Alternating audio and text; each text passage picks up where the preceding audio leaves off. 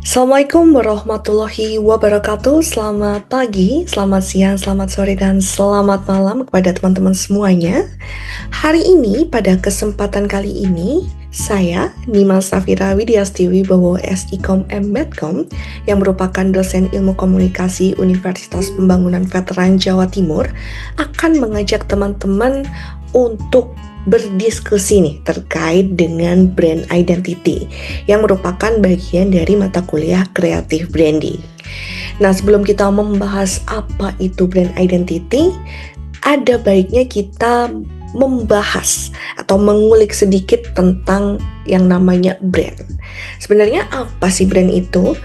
Jadi brand itu bisa dikatakan sebagai citra, reputasi, janji, dan juga yang harus ditawarkan.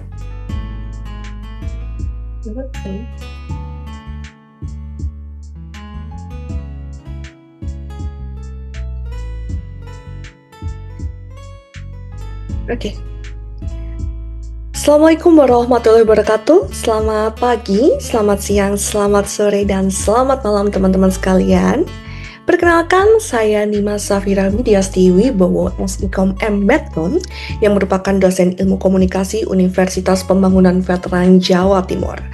Nah, pada kesempatan kali ini, kita akan berdiskusi terkait dengan brand identity, yang merupakan bagian dari mata kuliah Creative Branding.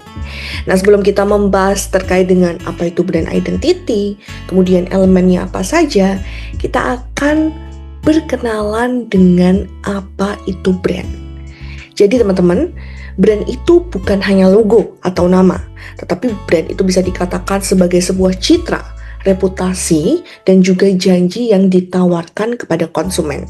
Jadi brand itu nanti terbentuk dari pengalaman, cerita, hingga nanti persepsi dari konsumen. Contoh nih, misalnya ketika kita mendengar kata Apple, yang muncul itu bukan sekedar hanya produk iPhone ya, misalnya iPhone, kemudian smartwatch-nya, tetapi juga sebuah brand inovatif, elegan, dan juga premium seperti itu teman-teman. Nah, kalau kita membahas sebuah brand dan produk, terlihat sama.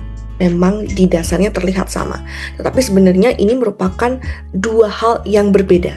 Kalau produk itu bisa dikatakan sebagai sesuatu yang dibuat oleh perusahaan untuk dijual, dan dia punya fisik, dia berwujud, dan juga dia dapat diukur.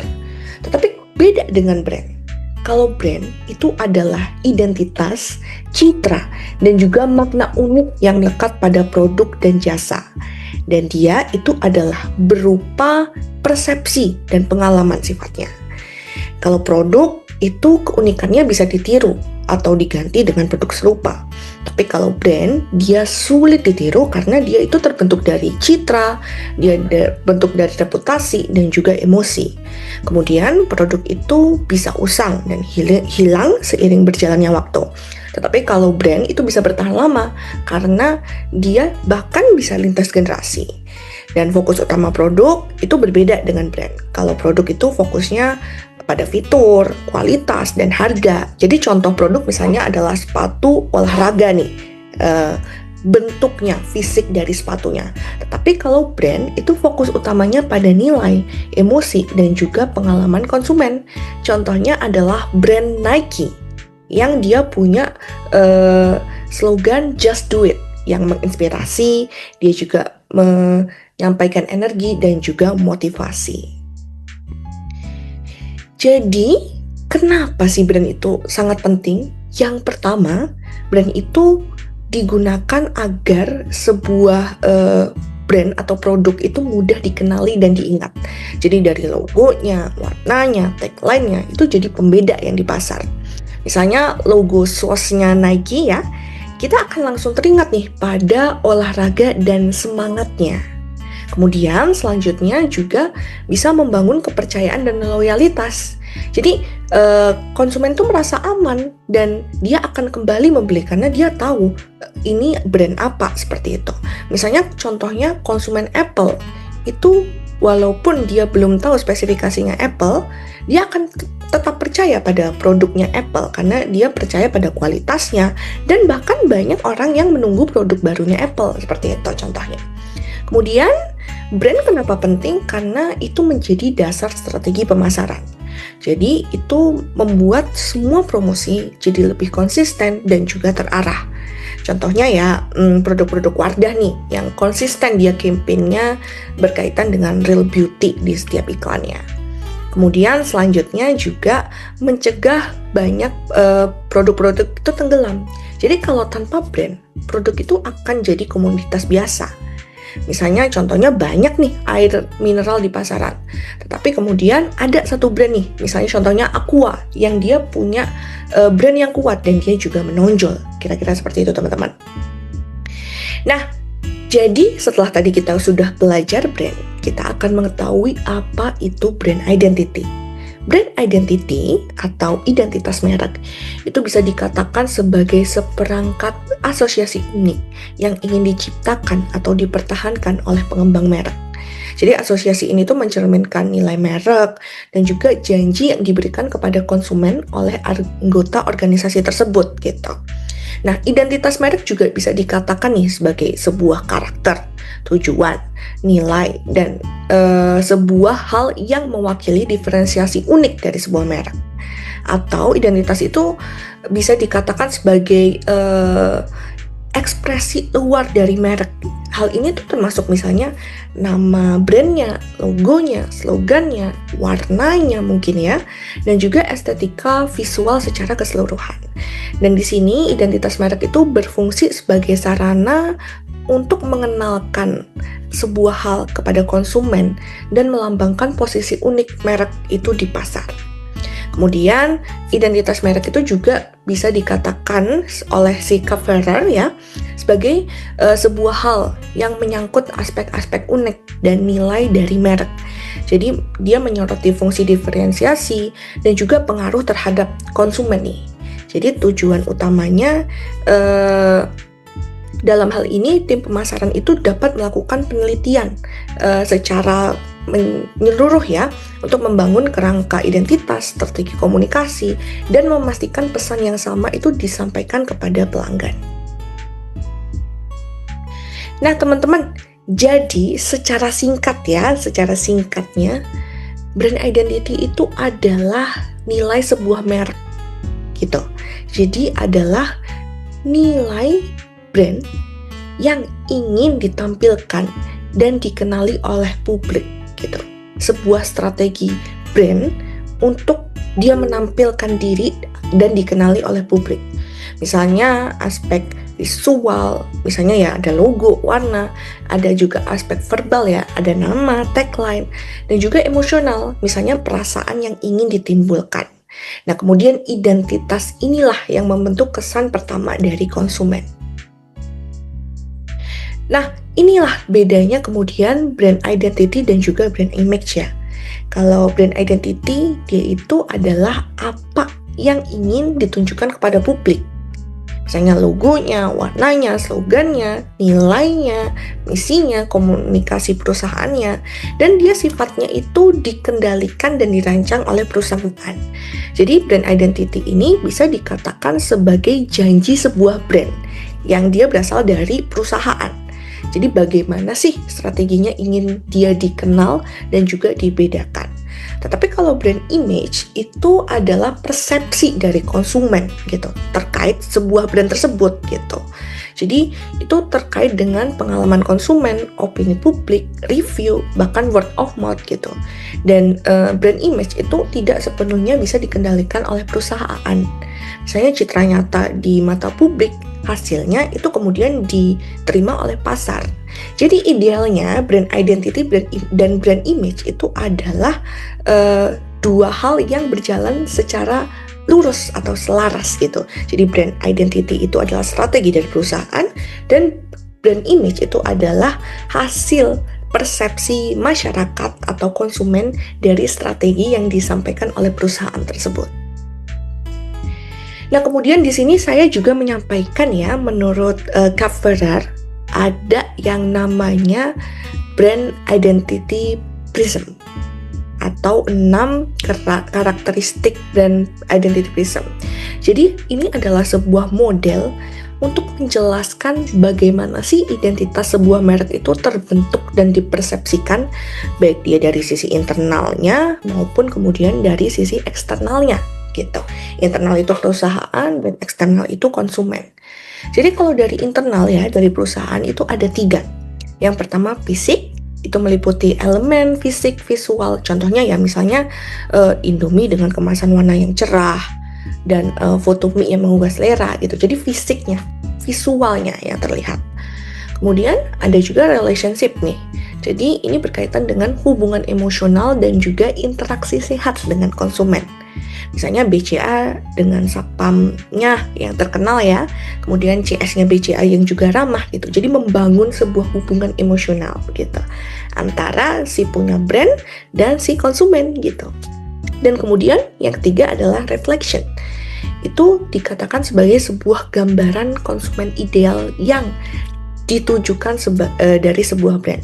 Jadi dia kemudian menargetkan persona dari pelanggannya. Jadi misalnya Erigo itu punya target pasar yang menargetkan baju-baju produk itu dijual kepada anak muda urban, trendy, dan juga aktif di media sosial. Nah, kemudian ketika kita sudah melihat internal dari sebuah strategi internal dari sebuah perusahaan, kemudian kita bisa melihat nih persepsi konsumennya, eksternalnya. Itu terkait dengan personality, culture, dan juga self-image nih. Jadi kalau personality itu berkaitan dengan kepribadian dan gaya komunikasi brand. Misalnya Jiko Donat itu tampil fun, hangat, dan juga friendly. Kalau culture itu berkaitan dengan nilai, misi, dan cerita asal-usul dari sebuah brand yang dia catch in nih dengan culture yang ada di masyarakat. Misalnya kemudian Kopken itu lahir dengan dia mengusung budaya ngopi lokal dengan kualitas modern. Ada juga self-image nih, tentang bagaimana konsumen melihat dirinya saat memakai brand. Misalnya Eiger itu membuat pengguna merasa ketika menggunakan produknya ya merasa berpetualang, tangguh, dan kemudian cinta alam. Kira-kira seperti itu. Nah kemudian ini contohnya ya, ini merupakan prisma dari brand identity ya, ada fisik, ada relationship, ada reflection, personality, culture, dan juga self-image. Nah kemudian dalam brand image, brand identity sendiri itu ada yang namanya brand hierarchy level. Jadi ini adalah merupakan struktur bertingkat yang menunjukkan bagaimana suatu perusahaan itu mengorganisasi dan mengelola mereknya dari level perusahaan sampai kemudian produknya yang sangat spesifik. Jadi atas ke bawah ya, jadi atas itu semakin luas, bawah itu semakin spesifik. Fungsinya ini adalah kemudian memudahkan strategi pemasaran, positioning, dan diferensiasi dari produk. Jadi brand hierarchy levels itu ada dari atas ya, ada corporate brand, family brand, individual brand, kemudian product brand. Nah contohnya ya, kita akan membahas nih, mendetailkan. Kalau corporate brand atau perusahaan induk itu dikatakan sebagai identitas utama yang menaungi semua produk. Ini saya ambil contoh sebagai contohnya adalah Unilever. Nah Unilever itu adalah induknya, family-nya gitu. Kemudian selanjutnya family brand atau keluarga merek atau sub-induk. Jadi ini adalah merek yang digunakan oleh sekelompok produk dengan kategori yang sama. Nah Unilever ini kan ya, misalnya ya, itu kan Unilever ada berbagai produk nih, misalnya Lifebuoy dan semacamnya. Nah kemudian Lifebuoy inilah yang kemudian dikatakan sebagai family brand gitu ya, dengan dia kategori personal care. Nah kemudian Lifebuoy ini punya turunannya misalnya Lifebuoy Body Wash, Lifebuoy dan semacamnya, seperti itu ya. Itu ada beberapa macam. Nah, inilah yang dinamakan individual brand atau nama unik untuk tiap produk tertentu. Nah kemudian ketika individual brand itu hanya tinggal varian produknya atau produk brand, itu menunjukkan perbedaan varian atau seri dari semua produk gitu. Misalnya Lifebuoy Body Wash itu kan punya banyak varian ya, ada merah, biru, hijau, kuning dan biru muda gitu. Nah, kemudian salah satu kita ambil contoh Liber Body Wash Smart Care yang warna biru tua, itu merupakan bagian dari produk brandnya gitu, varian produknya dari Liber Body Wash itu tadi. Nah, ini dia kemudian ada beberapa elemen brand identity ya. Ada nama, ada pengenalan merek, logo, dan semacamnya. Nah, di sini elemen dari brand identity yang pertama ada nama merek. Itu dikatakan sebagai tanda pengenal utama dan menjadi janji pada konsumen. Contohnya Coca-Cola itu dijadikan sebagai nama global yang kemudian dia identik dengan minuman bersoda klasik gitu. Kemudian ada juga brand recognition ya, pengenalan mereknya. Jadi ini adalah dikatakan sebagai kemampuan konsumen untuk mengenali, mengasosiasikan dan mengingat merek dengan pengalaman tertentu. Misalnya Coca-Cola itu dikatakan sebagai nama global yang identik dengan minuman bersoda. Ada juga logo, kalau kita lihat Coca-Cola ya misalnya ya, logo Coca-Cola itu kan adalah tulisan Coca-Cola dengan tulisan tangan Spencerian. Nah, itu yang dinamakan logo. Jadi, logo itu adalah simbol visual utama yang khas dan mudah diingat. Selanjutnya ada skema warna ya. Jadi itu adalah konsistensi warna untuk memperkuat identitas visual. Jadi misalnya kalau Coca-Cola, kita ambil Coca-Cola contohnya ya. Coca-Cola punya warna merah dan putih ya, kemudian dia melambangkan energi, semangat dan juga keceriaan.